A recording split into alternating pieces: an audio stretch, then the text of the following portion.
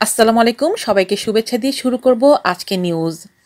একাদশ জাতীয় সংসদ নির্বাচনে সংরক্ষিত নারী আসনে নির্বাচনের জন্য ক্ষমতাসীন দল আওয়ামী লীগ থেকে মনোনয়নপত্র জমা দিয়েছেন চিত্রনায়িকা অপু বিশ্বাস। রোববার 20 জানুয়ারি রাজধানীর ধানমন্ডিতে আওয়ামী লীগ সভাপতির কার্যালয়ে মনোনয়নপত্রটি জমা দেন বড় পর্দার জনপ্রিয় এই অভিনেত্রী। মনোনয়নপত্র জমা দেওয়ার পর অপু বিশ্বাস বলেন, রোববার বিকেল 3টার দিকে মনোনয়নপত্র জমা দিয়েছি। আমি মনোনয়ন প্রত্যাশী নই, আমি কাজের সুযোগ প্রত্যাশী। আমাদের মমতাময়ী মা ও দেশরত্ন প্রধানমন্ত্রী শেখ হাসিনা সবসময় নারী ও শিশুদের উন্নয়নের পক্ষে। আমিও আগে থেকেই নারী ও শিশুদের উন্নয়নের পক্ষে কাজ করেছি। আপা যদি আমাকে যোগ্য মনে করেন তাহলে আমি শতভাগ দায়িত্ব নিয়ে কাজ করব। প্রায় 15 বছর ধরে অপু বিশ্বাস সিনেমার সঙ্গে যুক্ত আছেন। অভিনয় করেছেন 80টিরও বেশি সিনেমায়। একাদশ জাতীয় সংসদ নির্বাচনে তাকে আওয়ামী লীগের হয়ে সরাসরি প্রচারণা চালাতে দেখা গেছে। তিনি আরো বলেন, নিজেকে রাজনীতির সঙ্গে জড়ানো ও মুক্তিযুদ্ধের সপক্ষে থাকতে পারাটা আমার জন্য বিশাল সৌভাগ্য বলে মনে করি।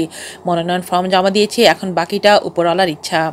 আজ এই পর্যন্তই। আল্লাহ হাফেজ।